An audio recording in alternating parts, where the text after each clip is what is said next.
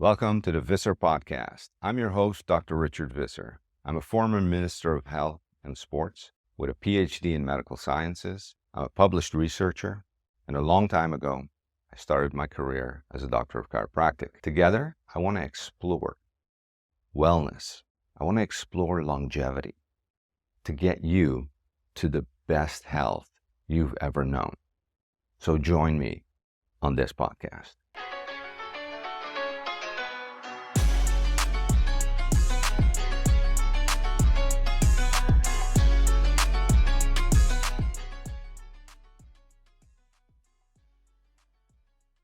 Welcome to another episode. This is episode number 29. Reenergize your life. Break free from the fatigue and stagnation. Yes, we need that change because to do everything I talk about, to truly get to this next level of health, well-being, and longevity, we need to break free. And it happens in our mind. It happens in our body. And we're going to talk about this specifically. In chapter 13, we deep dove in the concept of neuroplasticity and the power of creating new neural pathways. This is critical. So if you want to go back there and check that out, do that. Reimagining your future isn't just about lofty goals. It's about envisioning the tangible, the day-to-day, everyday moments, like playing with your grandkids, feeling your best, no matter what age. All right? So, and it's also running after your success, ikigai. All right. So we're going to talk about, okay, how do we do this? How does our body, how does our brain work? And scientifically based, of course. And how can we hack this in a way where we can bring change to ourselves? Because we all want to keep evolving and we all get stuck. All right. So what are the tools? Well, in this episode, I'm going to talk about these tools and equip you with strategies. Okay, so 1, recognize and pivot away from negative self-talk and harmful habits. That's number 1. 2, build new habits backed by science tools such as visualization exercises and understanding the basal ganglia, okay, where we store stuff. Recognize the triggers that lead to destructive habits and replace them with constructive ones. And I know this is like simple and stuff, but we'll go deep. We'll do a deep dive in each of these. 4, understand the pivotal role of stress, willpower, and the environment in habit formation. So we're going to see how this plays against you or for you. 5, prioritize sleep, nutrition, and exercise as fundamental cornerstones in this journey. All right. So remember, the direction of our life is influenced by where we set our gaze.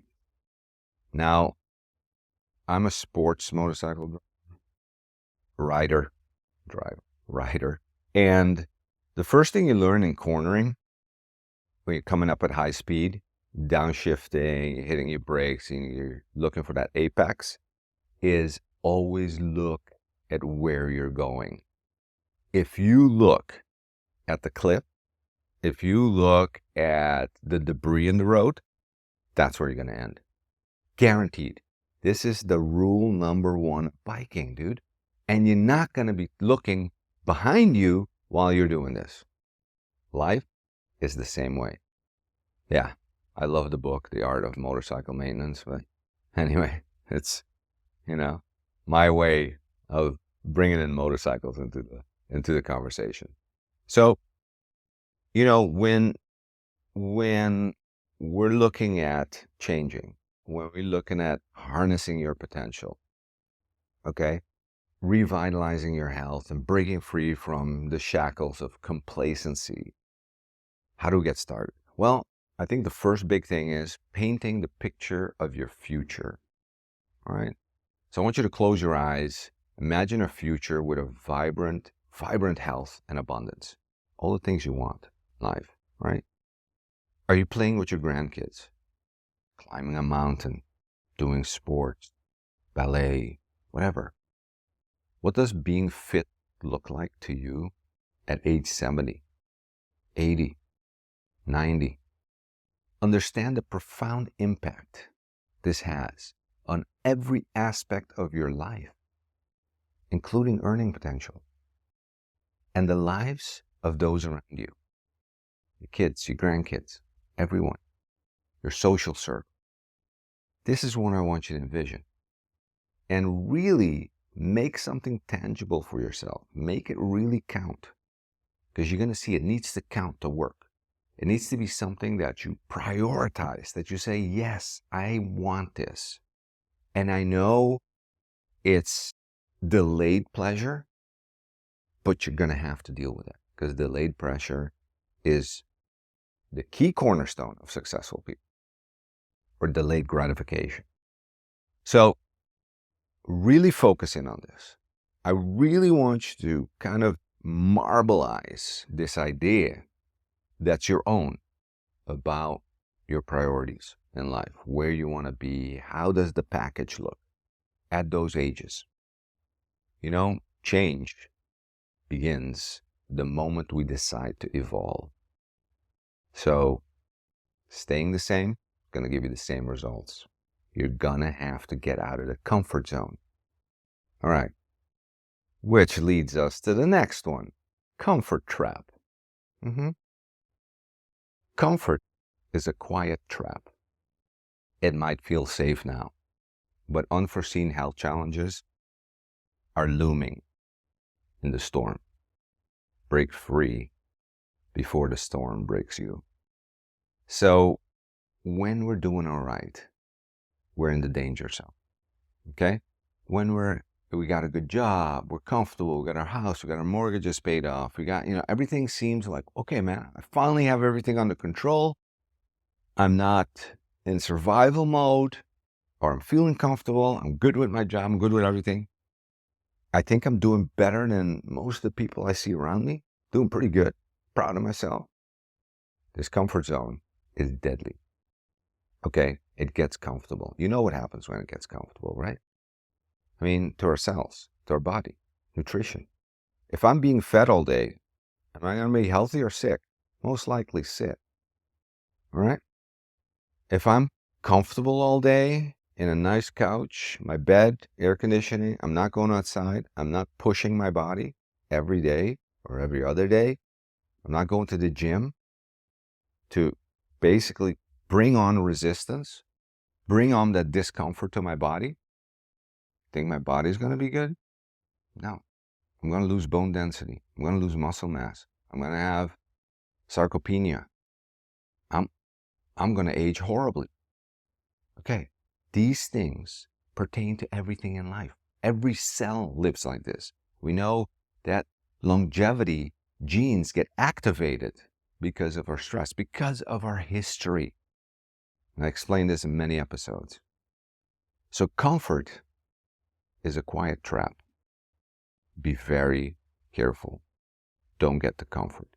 And it doesn't mean you can't be comfortable. It doesn't mean you can't have money, you can't have your things, and you can't have everything. No. It means all that.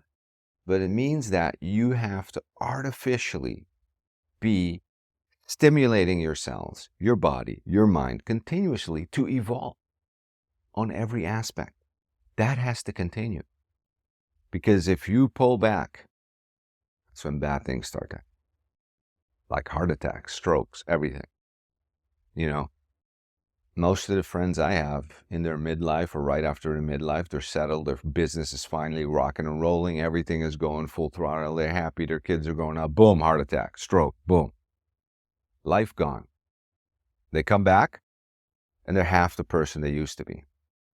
Their social circles changes. The relationships with their kids and everyone around them changes. Their vigor for life changes. They're scared. They got phobias. They got all kinds of stuff they bring with. Life has changed completely. And this was completely preventable. Completely preventable. This is the danger of the comfort zone. We have to change our internal narrative. Yes. So we all have a past. Okay? We all have a past and we all went through stuff. And I guarantee you I'll find someone who went through worse than you. Okay? My story. My father died when I was 8, left the family. We were not that well to do. We had a lot of stress. We had a lot of debt. My mom had to work 24/7, bring the whole family. Afterwards, my mom got cancer. She survived that. Then at 18, my sister passed away in a car accident. Devastated my mother, devastated the whole family. This was just the biggest blow. And, I felt like, okay, man, really? Really? Again? So, I mean, I was molested at an early age. Fill it in. Fill it in. Whatever the story is. Now, we also know we make up that narrative. Our perception makes up that narrative. That narrative gets stored, right? In a place we don't see it. In a dark place way in the back of the brain. But guess what? Every time we get triggered, we react based on that narrative. That story we told ourselves about the event. Because guess what? Every year, all your cells change. You are not the same person this year that you were last year. Based on every cell in your body. Every cell has died and replaced itself.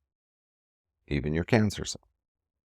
So, why do we think we're that person of 10 years ago, of 5 years ago, of 20, 30 years ago?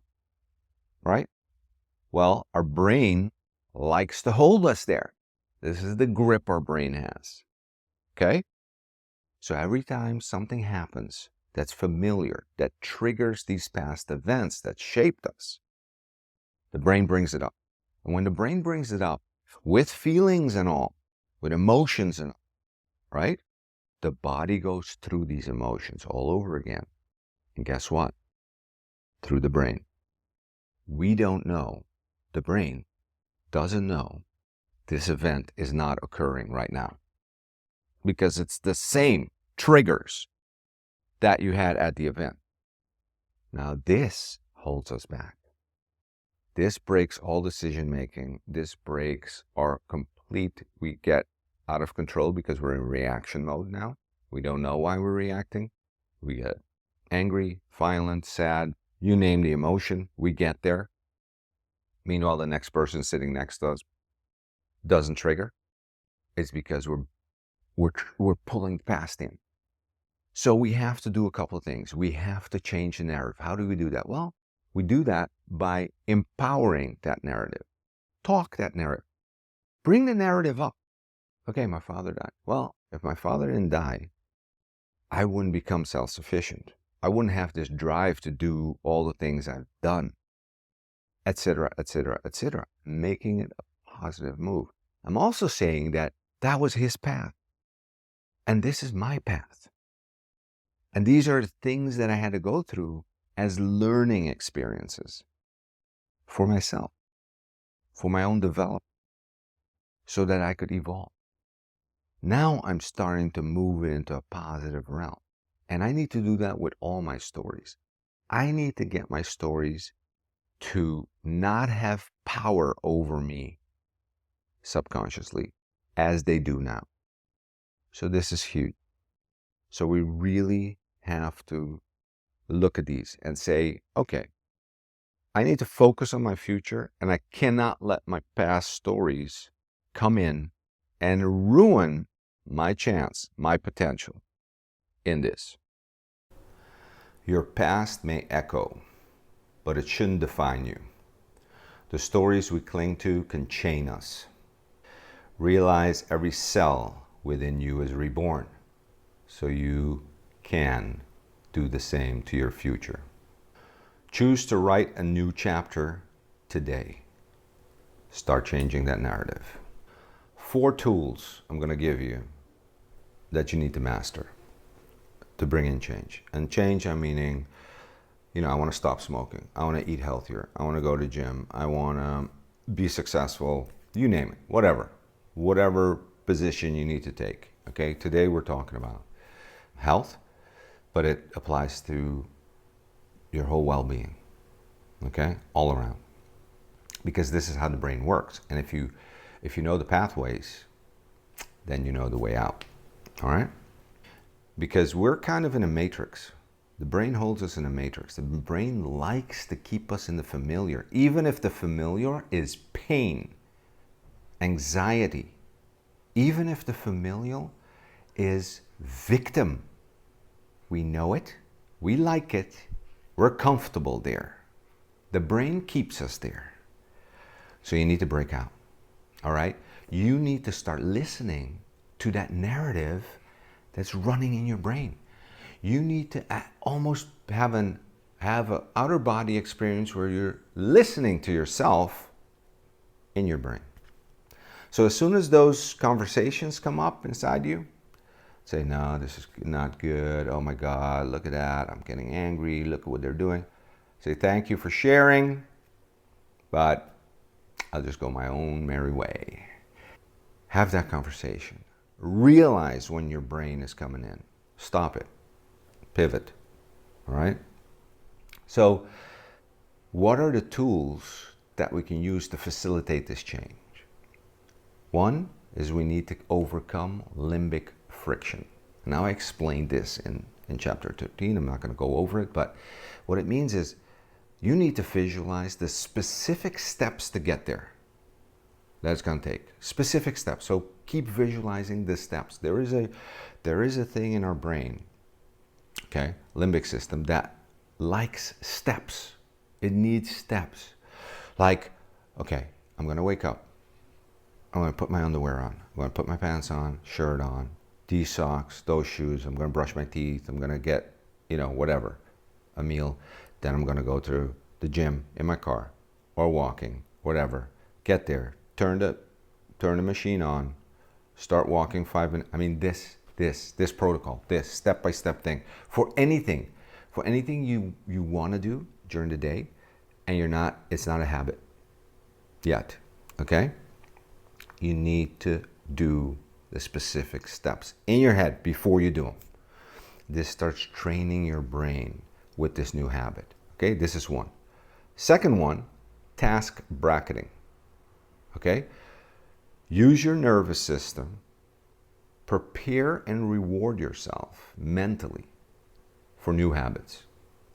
You need to prioritize them high. Like, let's do this. If whatever happens in your life, okay, there's an emergency, whatever, you wake up in the morning, guess what? You're going to probably brush your teeth. You might even get a cup of coffee and run, right? But there's these things that are priorities. You're going to shower at some point during the day. There's these things that are so high on our priority list that are just habits. But we have them high in the priority that we're just going to do them. No matter what, we're going to do them. Okay, so we need to task bracket. We need to prioritize these new habits that we want to have that high. If we don't, if they're lower, we're not going to do it. Things are going to come the way. No, it's got to be like a freaking, I'm going to do this because it's my priority to do this. I don't care what emergency is happening, I'm doing it. Am I flexible? Yes, but I'm doing it. Okay, so that's the task bracket. Next, habit alteration. Okay, when you recognize that an old habit is coming back, that you feel, okay, I'm trying to stop cigarette smoking, right? But I feel like I'm getting ready to smoke a cigarette. I can feel it come on. Okay, this is when dopamine drops. This is when you get your dopamine charge. Now you cannot just say, no, I'm not going to do it, stop, because the dopamine it'll just mess you up. So what I want you to do then, if you feel that old habit coming, or you're going for an old habit, you're going for a junk food, you're going to say, I'm not going to work, pivot to something that is almost or just as attractive to you, but that's healthy. Pivot there, and then let that dopamine dump in that. But you didn't do the bad habit. Okay, so like for me, it'd be like, simple example, I hate cardio, man. I do it, I do zone 2, but it's so So as soon as I feel like I don't want to do it, as soon as I feel I'm going into a bad habit, I'll pivot and like look at art because I love art. So I'll pivot, look at the art, get that dopamine going, and then reset and go do what I need to do. Okay, so have something that you can replace the bad habit with. That's kind of on equal terms in your like and what you like, but that's healthy. So whenever you go into the bad habit, don't just not do it. Don't just chastise yourself, but pivot to something that will give you the similar satisfaction, dopamine release. So the dopamine release can just keep going, but it goes into something else. So your brain starts programming itself differently. That's what we want. Okay, so how long does it take to sustain a habit? Well, studies have shown as little as 20 days, but as long as 200 days. You're not the 20-day guy or girl, all right? It's the 200 days. So don't even go to 20-day. That's like 1 in a million. Don't. 200 days. Now, we have to understand something about habits. Everything we do from young, everything we do, that the brain detects as a pattern, as something we do every day, it will store as a habit. Way back, boom, it'll go into habit cabinet. Why? Because it doesn't want to use brain power to think about it, right? So it stores it in a freaking safe in your brain as a habit. 70 to 80% of everything we do every day is a habit. Breaking that habit will cause discomfort. Change causes discomfort. Evolving causes discomfort. Get used to discomfort. You need it in your life. All right, so 70 to 80% of everything we do is habits, and it's stored, locked away way back. All right? It's not new information, it's old information. Your brain just pulls it out like automatic.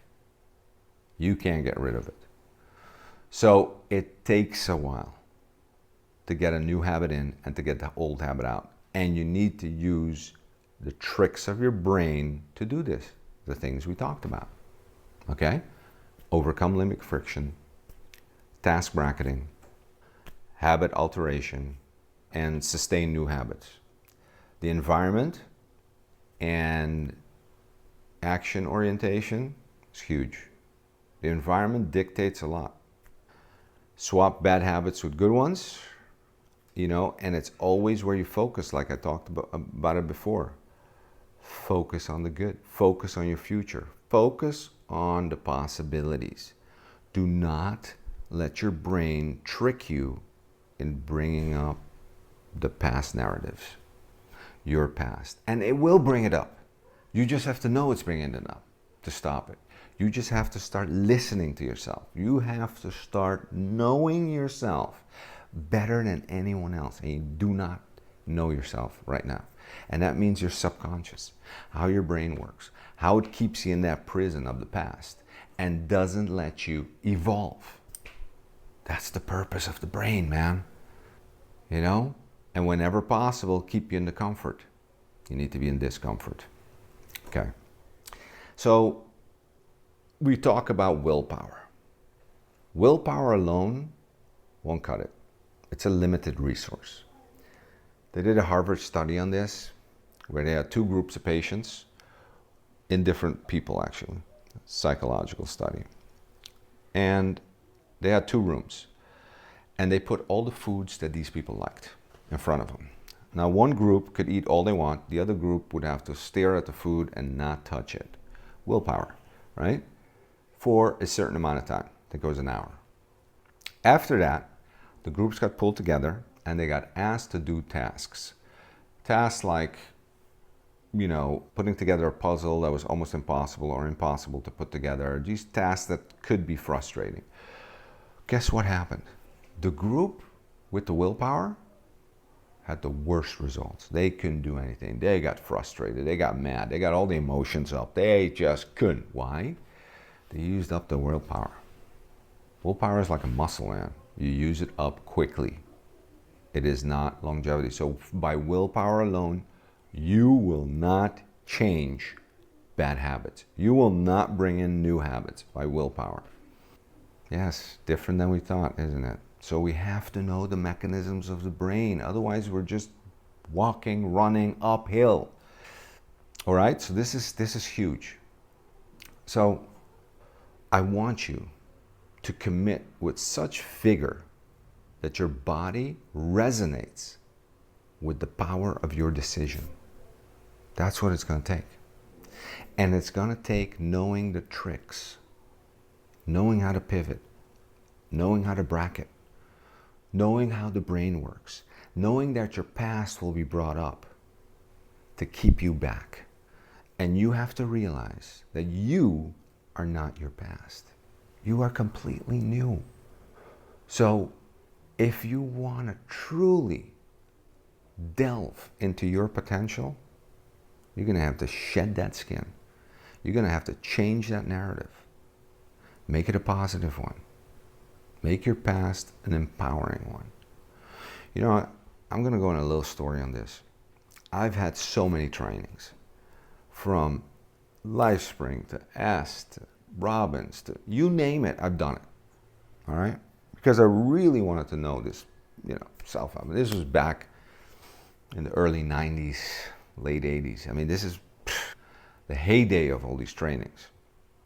And a couple of things that I took out that were amazing. One of the things was I was sitting in front of this person who had I had to tell my story, the worst story I had of my life. I had to really make it like massive victim, right? So I did my best, and it was easy for me to do at that time. I had a lot of anger, huge anger about my life. And after I got done, this person in front of me started telling me their story, and I felt like a little piece of shit. Their story was so much freaking worse than mine, man. It was like, made me feel like, what the hell are you freaking, what are you crying about, you little freaking Barbie? Unbelievable. Unfreaking believable. So that already shocked me in a sense of like, okay, dude, my story is not unique. My story is not special. I am not special. So how can I use this to better myself and not to keep myself back? Because I was keeping myself back. So we did another exercise, which was, okay, tell your story now in a speed up version. Like, it's like how we had the old record players, 45 and the big one, and you could put one in the other one and it would speed it up. Do that. Now, tell the same story in reverse.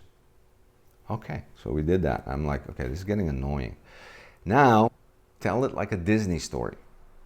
Now, tell it like a funny story. After doing that, those exercises, they were there for a reason. Those exercises basically allowed me to take some distance from this story I created. Just enough distance to be able to look at it, to be able to recognize it, and to be able to put it in a place where it's not hurting me anymore. It's not hurting my future, my potential, my relationships with people, my relationships with my future. It was amazing. So just a little anecdote. So it is this thing, because guess what? Our mind is powerful, just like with stress, right? Stress, the other thing is what's going to get you to go to bad habits? Stress. Stress is a freaking massive manipulator. So you need to control your stress, right? We had a whole episode on stress where we did the psychological psi, tools you use for short-term stress, middle-term stress, you're doing cold plunging in ice water, and then long-term stress you need to manage with a professional, if you can't manage it yourself. And go back to the basics, exercise, nutrition, boom. Those are the basics. That's the basics for well-functioning of your body, all right? If you're not doing that, forget about it, all right? So we can go fine-tune. If the basis isn't there, you can fine-tune all you want. Nothing's going to happen. Okay, you can take the best supplements, M&M to get longevity. You can take your creatine for brain power and protein synthesis, and you can do. Doesn't matter if you're not doing the basics. It doesn't matter. So you got to go do the basics, right? Handle the basics. That's a no-go, no question area, no ifs or buts, all right? But when we're doing the mind thing, this is it. When our mind can create diseases, right, in our bodies, right? When we're feeling stressed, when we're fucking down, when everything is pressurizing, pressuring us, we know this. We get heart attacks. We're more susceptible to strokes. We're more susceptible to disease, diabetes, high blood pressure, all this stuff, right? Guess what? When we bring up our past, and our past has a bad narrative, the narrative we gave it, and we, in time, just made it worse. That feeling comes from the brain, induced in our bodies, and our bodies don't know the difference. Our brain doesn't know the difference. They think we're going through it again. Every cell thinks you're going through this trauma again. All right? How can you see a future with that? You can't. So you're going to have to work on your narrative. You're going to have to work on your past. And you're going to have a different relationship with your past. It cannot control you. And right now, it has full control. So let's get to it. Thank you. Subscribe. Ring the bell notification. We're going to go deep. And then we're going to go shallow. Then we're going to go deep again. All right. If you want the best you ever, stick with me. And I promise I'll get you the healthiest you've ever been. Until next time, rock on.